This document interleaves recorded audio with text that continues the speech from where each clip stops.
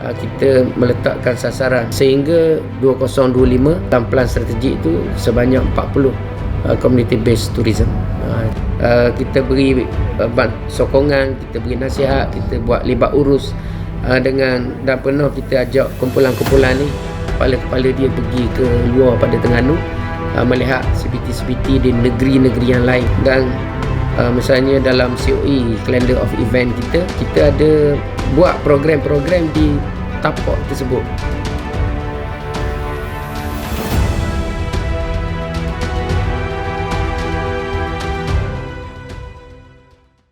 CBT ni adalah community based tourism. Community based tourism ni adalah dalam konsep komuniti yang membangunkan pusat pelancongan. Jadi itu asasnya. Jadi kita berbincang dengan pihak antaranya pejabat daerah. Kemudian ada kita masa saya jadi exco peringkat awal dulu, saya telah menjelajah ataupun pergi ke 8 daerah berbincang sama ada apa sebenarnya produk yang sedia ada.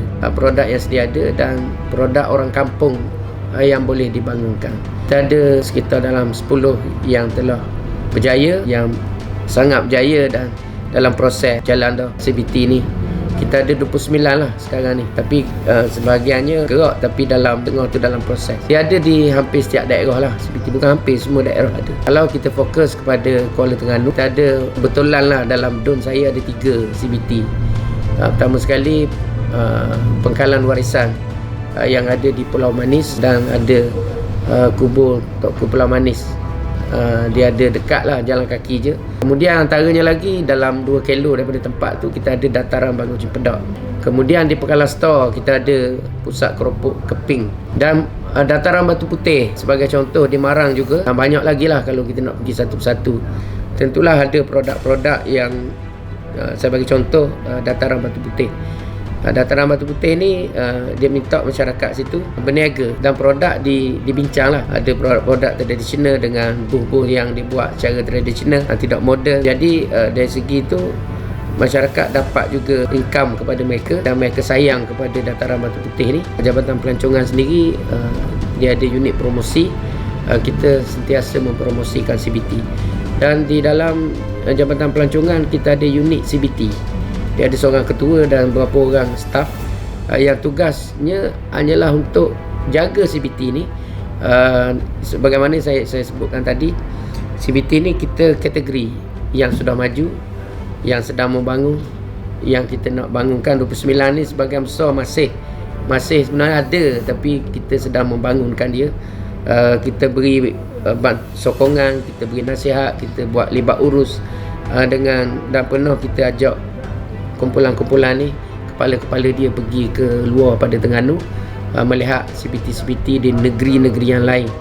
Dalam masa 5 hingga 10 tahun itulah target kita. Kalau dalam masa 5 tahun ni kita nak 40 CBT. Sebenarnya 40 ni pada saya dah ada dah, 50 dah ada.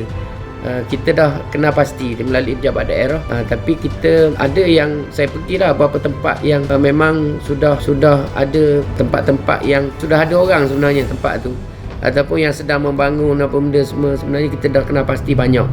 Kalau sekarang ni, kalau kita sebut tadi 29, kalau 40 tu kita dah kenal pasti lebih daripada 40. Tinggal lagi kita nak, macam mana kita nak bangunkan produk ni.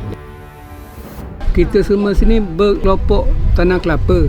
Jadi seramai ada 100 orang peserta dalam 100 hektar lebih lah tanah sini. Jadi bila kita buat tanah kelapa ni, hasil dia tu lambat lagi dah kira. Jadi saya kata kita buat agrotourism lah. Jadi pakat dengan peserta ni, peserta sini dalam kita tubuh satu jawatankuasa. Jawatankuasa untuk dataran Batu Putih. Kita letak nama dataran Batu Putih. Sebab sini kampung ni kampung Batu Putih. Jadi kita buat konsep cara gotong royong. Kita cari sendiri kayu dalam hutang. Atak nepoh tu kita ambil kita jahit sendiri, kita buat sendiri. Cuma masa tu kita beli paku saja. Lepas tu saya pun kebetulan Tung Faizal, Datuk Tung lah sekarang ni kan. Datuk Tung tu dia pegawai daerah Marang. Jadi saya beritahu dia apa yang saya nak buat ni. Jadi dia mari tengok, dia setuju sebab saya nak buat konsep tradisional. Lepas tu kita pun tak ada arah nak buat. Kita balik kepada tu Datuk Tung kata okey panggil MB. Panggil MB datang sini, mari sini tengok. MB kata kita mesti tolong dia sebab dia orang proposal tak ada, surat permohonan tak ada, tapi dia telah menghasilkan satu tempat yang menarik.